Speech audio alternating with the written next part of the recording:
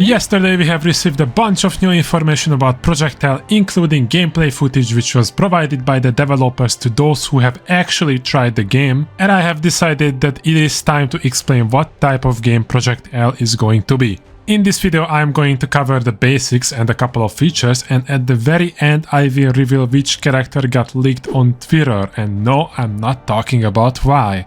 With all of that said, let's get right into the video. Project L is not your average type of fighting game, it is a 2v2 team-based fighting game, which means that the teams of two players can face off each other in the very same match. Each player controls one single champion, but that does not mean that this is the only way to play the game. You can choose whether you want to play 1v1, 2v2 or even 2v1. Some of you might ask how the netcode will adapt to this, and I can tell you that the game works on rollback netcode, so we will experience peak connection day one. If you are still skeptical, I can assure you that the game has been tested online multiple times. Ever since COVID, the world evolved to the point where working from home is accepted, and the developers have mainly tested the game from their home. They were playing with each other from the comfort of their house. Therefore, as I have said, the netcode is constantly being tested. Speaking of testing, you yourself will also have the chance to try Project L this year at EVO. It is going to be held on the 3rd of August in Las Vegas. At EVO you will have the chance to play with Ahri, Echo, Darius and a brand new character who has been predicted to be Y, but nothing is confirmed. Despite seeing Jinx and Illaoi in previous videos, it means that neither of them are ready to play. Based on the feedback of the players that tested the game feels good to play. The controls are satisfying. Project L is a one-button special game where you have 3 normal buttons, a light, a medium, a heavy, 2 special buttons, special 1, special 2, and an assist/tag button. Different directions plus the special buttons will do a different move, but as an example, you press down down and special 1 or special 2 and you do one of your specials. Of course this wouldn't be a game based off League of Legends if it didn't have ultimates, so the way you do an ultimate is actually pretty similar as well. You do down down, special 1 and special 2 at the same time, and congratulations, you just performed an ultimate. So yeah, a 6-button game, but you can do macros as well, so the buttons can increase based on how you play them. We also found out that it's Riot's intention to draw in League of Legends players who are used to playing on keyboards, so they designed the game with keyboard controls in mind. If I had to guess, they probably use the same buttons that they do in League, which is Q, W, E for basic attacks and D and F for the specials. I have intentionally left out the R button because if you remember what I said previously, you do an ult by pressing down down plus both specials. So it wouldn't make sense if there was a separate ultimate button. It just doesn't exist at all. The game also got a system called Fuses.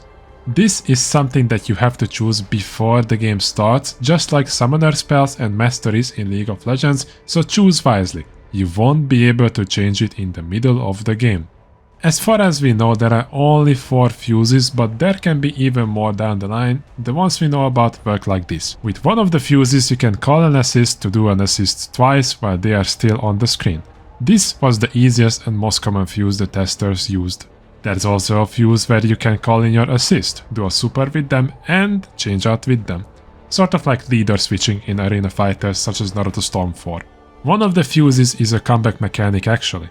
Once you get low on health, you get a dash cancel and a passive damage buff. To me it kinda feels like Sparking Blast in Dragon Ball FighterZ. The last one is double tag, which is most likely the most complicated. You can tag in your teammate as part of the same combo and tag them back out. Kinda complicated, but before we can get more time with the game, that's as far as I can explain it. Your meter is also independent, meaning if you got Ahri and Echo, their meter will be separate. You can have 2 level 3 on each character, which is basically a level 6 I guess, but you can't just be like, okay, I get a level 5 with Ahri, then level 1 with Echo.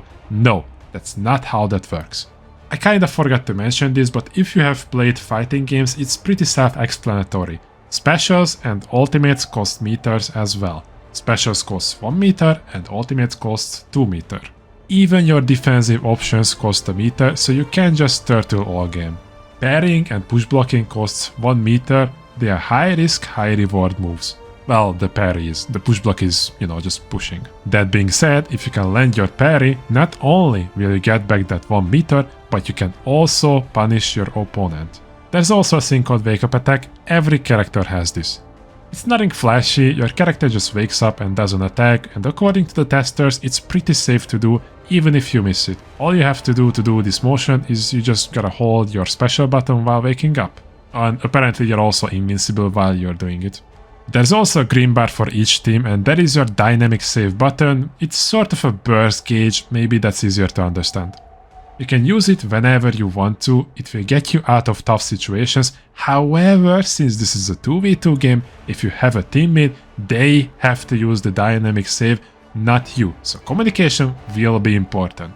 I can already see League players blaming their duo partner for losing the whole set just because they didn't burst at the right time. So far, every character feels exactly like they do in League. Ahri is a rushdown character that can dish out insane damage while being mobile. Darius is the big beefy boy, the huge tank that is not so mobile, but God save your soul if he catches you, and Echo is a piece of shit in the hands of a pro player. It's safe to say that Project L will be just as much of a success as Valorant was for Riot. They got old school fighting game fans on board that are designing the game, so they know what they are doing. I just hope they do the same marketing that they did for Valorant and make the closed beta a Twitch drop, so you'll just need to watch content creators playing the game while waiting. It's better than nothing. I can't fly to Las Vegas after all, I'm in Europe. As I've mentioned at the very beginning of the video, a character has been leaked to the public, probably by accident, and that character is Yasuo. Of course it's freaking Yasuo. I really don't think that he's going to be the 4th playable character at EVO. It's one of the worst kept secret that Vi is the 4th character that's going to be revealed next. It's also been confirmed by the players that there were several other characters that they could test out besides the one we know, but they were still unfinished. And yeah, that's pretty much it. We do have some more information about the movement, like so far air movement is pretty restricted except for Ahri, which is understandable since she uses her ultimate from League in her combos, but those are the small details. These were the major details that got revealed to the public yesterday. If you've liked this video, please leave a like on the video and tell me in the comment section what would you like to hear about in Project L. And while at it, please make sure to subscribe to the channel. I would really appreciate it. I'm getting closer to 10,000 subscribers. Really, like, I would appreciate it if you guys did that. I hope you have learned something today. If you're into fighting games, click on one of the cards shown on the screen right now. They are both gameplay footage from tournaments, so top players are fighting for huge prize pools. That's it for today, everyone. I hope you all gonna have a fantastic day. Stay safe, and until next time, boys. Peace!